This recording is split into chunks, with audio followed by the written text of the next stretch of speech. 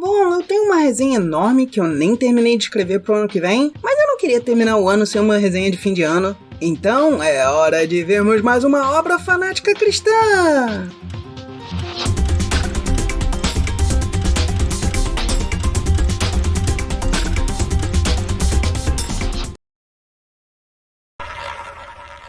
Olá! Siga minhas redes sociais!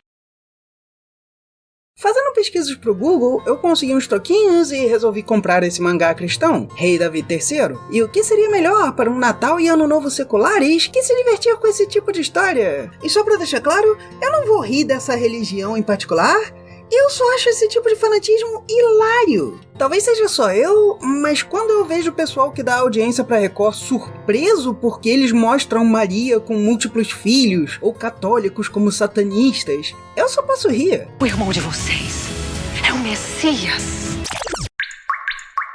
Todo mundo adora fingir que respeita a religião dos outros até ver algo que não gosta. Rei Davi III é da Canção Nova, uma editora especializada em livros de aprimoramento espirituais, leia-se cristãos, e que também faz alguns quadrinhos, apesar de sua loja mostrar quadros pequenos antes deles. Até onde eu vi, são todos no mesmo sentido. Conheça as histórias pré-aprovadas para pensar que só existe uma religião e se surpreender com quem não a segue. E de novo, é sobre fanatismo. Não existe ensinar uma religião como a única certa e não ser fanático. Mas vamos ao livro em si. E só de olhar na capa já é confuso. Eu comprei isso achando que era Rei Davi III, talvez um descendente do personagem da Bíblia, mas pra minha surpresa, trata-se da terceira revista da história Rei Davi. Por que se colocariam 3 embaixo e 1 em cima, eu não sei, mas esse número é totalmente desnecessário. Só se faria isso se fosse pra dar algum efeito, como a ideia de que o descendente de Davi continuava sua missão, ou se esta fosse a terceira da franquia, onde veríamos Davi lutar contra o crime com gêmeos siameses e um leprechaun. I'll be your lucky charm. Mas, como esse não é o caso, parece que resolveram marcar isso com sangue. Talvez pra não ser morto pelo anjo da Canção Nova, o que não funcionou, hein? Pois é, eu não estou começando pela terceira porque eu quero. Buscando pela revista, eu só consigo achar a capa do primeiro volume e este, que ainda está na Google Play e em outros lugares, mas nem está mais no site da Canção Nova. Além disso, as primeiras 2 revistas parecem ter simplesmente sumido da internet. Incompetência sempre é mais provável que malícia, mas considerando esse número, eu não me surpreenderia se eles tivessem querido retirar o mangá. Este parece ser o único mangá já publicado pela editora, que faz questão de dizer que tem leitura oriental, do fim para o começo, então não parece que sentiriam falta dele, mas também tem algumas coisas aqui que provavelmente deixariam pais desgostosos. Começamos com um Tibi, informações padrão da publicação, e então Salmos 4, 2 a 9, que eu não conheço, mas segundo a própria Canção Nova tem algumas diferenças, como podemos ver no seu clube de evangelização, acima da mensagem de Evangelize Conosco e dos links de como contribuir. Lista de personagens? Ok. E aí começamos com um flashback dizendo que o rei de Israel caçava Davi e até sacerdotes morreram por isso. Então Davi seguiu para as terras do rei Aquis. Esse rei acorda de um sonho terrível, a mulher com quem acorda pergunta se o teria desagradado, talvez porque não tivesse visto que ele estava dormindo, ou ela ainda estivesse dormindo, pode ser isso também. Mas o rei vira Tibi e faz o coraçãozinho, dizendo que o que precisa é falar com o sacerdote. O que ele já tinha dito. Preciso falar com o sacerdote Kai. Ele pode reeditar meu sonho para que Namekusei exploda mais rápido. E esse é um bom exemplo do que eu quero dizer com fanatismo. Não há nenhuma indicação direta aqui, mas a sugestão é que ela seria uma concubina. Talvez uma de 800 esposas. Mentira! Não chegam a 700. Tentando pegar aquele lado reacionário de isso é uma ignomínia, a moral e cívica, digo, bons costumes. Mas se você tem qualquer noção de bom senso, não só não há indicação de algo ilegal ou antiético, as pessoas aqui se preocupam uma com a outra. Você precisa ser bem retrógrado para ver 2 pessoas se preocupando uma com a outra e dizer isso é horrível, eu não faria isso. Aqui vai falar com o sacerdote, que manda um jovem preparar o ritual enquanto o rei conta seu sonho, onde ele cavalga em um peixe gigante, primo do Daedalus, comandando um exército de monstros da Lagoa Negra, só que com chifres e sem ovos podres ou dança. Singular. Palavra que não vai ouvir com frequência por aqui. Mas um Lion Man derrota seu exército, até chegar à sua frente, onde o rei vê que ele tem uma ferida muito grave no peito. Porque um coração sangrando não seria morte instantânea.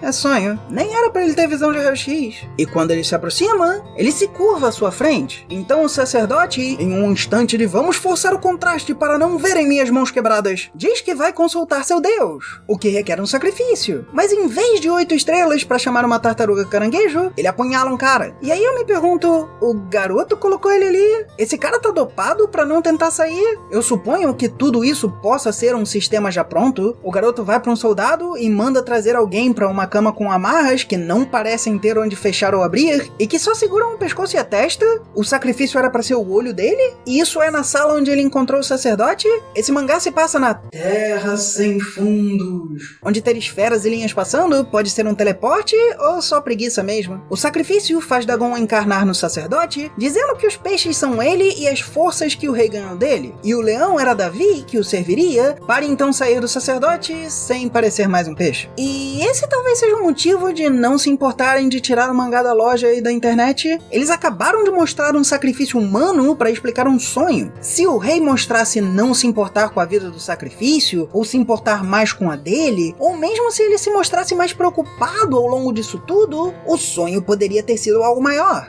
Mas não é. Eles estão mostrando algo e dizendo, lembra que sonhos podem ser importantes? Então, imagina aí. Ai, que droga, sujei de sangue a minha coroa inconsistente. Uma questão pouco compreendida do espetáculo na cultura japonesa é o sakuga, um momento de maior importância. Tendo plena ciência de quão limitada a história pode ser por seu suporte, seja mangá, light novel ou anime, a produção se esforça para transliterar as partes mais importantes de forma a serem mais impactantes. Matar alguém é um ato desprezível, mas isso não quer dizer que qualquer um sendo morto é algo automaticamente marcante. Por isso Cavaleiros contra Exército não funciona. Por isso que eu não gosto daquela cena de Rogue One. O Vader era pra ter arrancado aqueles planos da mão do cara assim que os viu. Joga uma névoa pra ele pelo menos não enxergar o cara direito. E, ainda por cima, foi pra explicar um sonho em que um leão humanoide se ajoelha na frente do rei. Talvez em tempos bíblicos isso fosse incompreensível, mas hoje em dia parece óbvio que não seria nada tão ruim assim. Por isso também faz falta o rei não se sentir assombrado pelo sonho. E sua próxima expressão ser um tibi falando de festejar não ajuda. Voltamos já. Passamos pelo acampamento de Davi, onde vemos 2 companheiros dele que falam sobre ele não estar bem e não se abrir com eles, um deles mais sério e o outro só querendo saber de festa, que no mínimo pode ser uma tentativa de associar a atitude negativa à atitude do rei Akis, talvez. Aliás, esse tibi talvez seja o único que funcione um pouco, porque contrasta com a personalidade dele para indicar sua frustração. Lameck e o rei viram SD para falar de festa, mas como eles mal têm personalidade, parece bem mais solto. Nos muros de Gati, supostamente antes dos japoneses mandarem seu exército para outro mundo, vemos Davi pensando em começar uma vida nova em meio aos filisteus, mas sendo ameaçado por um soldado, que então parece largar o escudo e a espada, ainda ameaçando, para Davi falar de Golias. Não esses. E finalmente ficar tibi e rir, Davi ficar SD e mandá-lo sair do caminho, para o soldado indicar onde ele acharia o rei. E por que Davi fica sem barba? Os outros continuam com suas barbas. E bombas? Por que o soldado estaria na frente de bombas acesas? Ele trabalha para Xerxes? Eu realmente não fico confortável com alguém em uma história do Oriente Médio ter bombas como papel de parede. E lá tem 2 mulheres, e Lameck diz estar apaixonado pela cidade. 3 pontinhos. Faz toda a diferença. Detalhe, para alguém que não lê isso pensando que diversão seria automaticamente errado, essas podem ser só 2 mulheres convidando eles para jogar um jogo. E Lameck que levou para esse lado. Nada aqui poderia ser visto como insinuante sem forçar bastante a barra. Não tem nenhum troll hormonal com cara de Fran Drescher aqui. Abdon mete porrada nele e eu só sei o nome do cara por causa daquela página com os nomes. Eles vão para o palácio onde o rei diz que são bem-vindos, talvez sarcasticamente, mas fica meio solto também. Os guardas exigem suas armas, o que Davi atende, apesar dele soltar 2 cabos maiores do que caberia no seu pulso, e aparecer um martelo no chão, junto com projéteis, eu acho, e os guardas atacam. Davi acertando os 2 e os deixando com bochechas de bulldog gordo, ao que Davi segue dizendo poder derrotar qualquer um ali, E o rei sorri e diz ser um teste. Fica sério. E vê a Tibi rindo de novo. Davi diz que quer asilo, sendo então mostrado o rei Saul de Israel, mas me parece que esses personagens são muito fáceis de confundir. Fora a barba dele ter 2 pontas pra baixo e a coroa dele ter uma faixa com círculos, ele só parece mais um cara barbado com coroa. Davi e aqui tibizeiam, o rei aceitando dar asilo e o aceita em seu exército. Eles vão para Sisaleg, onde vemos pessoas aleatórias não muito felizes, quer dizer, esse aqui não está feliz. Esse aqui eu nem vejo direito, ele pode ser só ancestral do Brock, mas aí dançarinas. Então está tudo bem? Eles enfrentam os Gessuritas, falando de como eles eram bons, mas eles eram melhores e a tecnologia dos filisteus era superior à deles. E aí vemos que Lameque tem kunais. Então aquelas eram kunais antes? Porque não parece ter diferença entre cabo e lâmina lá. E se não ficou claro o que eu quis dizer antes, são vários quadros cheios de sangue, mas não exatamente bem feitos. A maioria nem parece ser a mesma sequência de eventos. Os kunais parecem claros, mas como exatamente Davi se defendeu com a direita e depois usou a mesma direita para atacar sem parar o inimigo com a esquerda antes? Ou falta um quadro ou ninguém notou que isso não faria sentido? Acaba parecendo que o autor pensou que só precisava ter sangue, mas não é assim que funciona. O céu está lindo, coberto de estrelas. Então, claro, bombas. Porque elas são bolas de gás explodindo? Exatamente. O rei pergunta sobre o bom humor de Davi, com um rosto que nem parece ser o dele. Ele parece ter envelhecido pelo menos 10 anos desde antes da batalha. Davi diz que sua alegria vem de seu Deus, ao que Aquis responde dizendo que tem vários, porque um só não pode fazer tanto. E Davi diz não crer neles, mas deixa pra lá, que é mais tolerante que a maioria dos... Por isso que foi cancelada, né? Eu não estranharia. E o rei ainda se oferece para conversar com ele, caso ele queira, porque não o vê como inimigo. Ao que ele se diz honrado, para então sair com um manto e encontrar com Lameque, também de manto, e dizer que sabe que Aquis vai atacar Saul, que diz não confiar na informação porque Davi é um traidor. E ele está com sua coroa diferente e sua barba tem o corte mais pro lado, só para confundir mais. Então Saul se decide em frente a um fundo de rachaduras, como se ele tivesse usado a própria Gura Gura no Mi para virar Tibi dentro de uma caverna.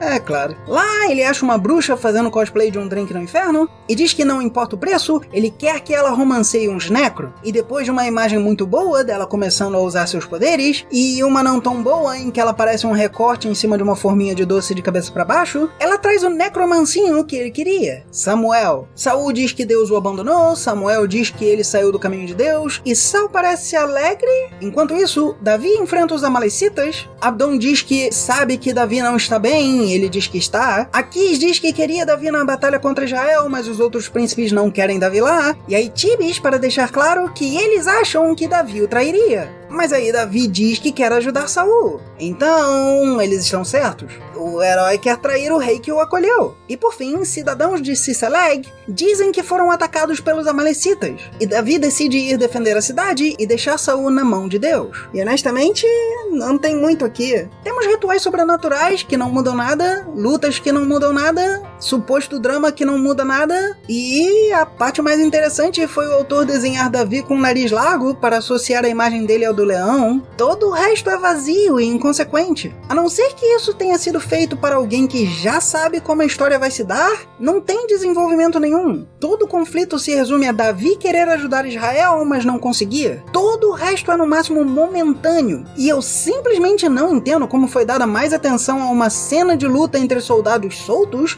que um sonho contando com um exército de homens peixes contra um homem leão. É mal pensado, jogando Tibis à torta e à direito e deixando passar ótimas oportunidades. Esse tipo de história não é diferente de propaganda política.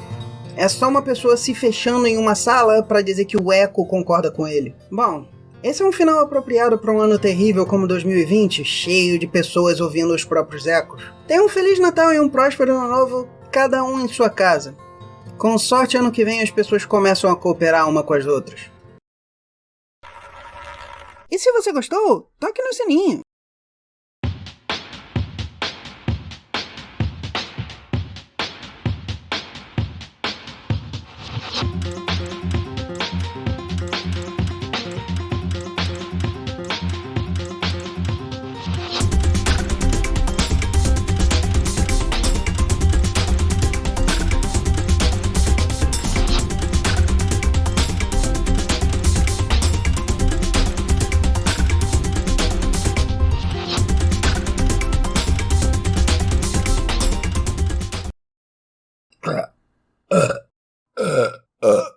Como podemos ver no seu clube de evangelização. Como podemos ver no seu clube de evangelização.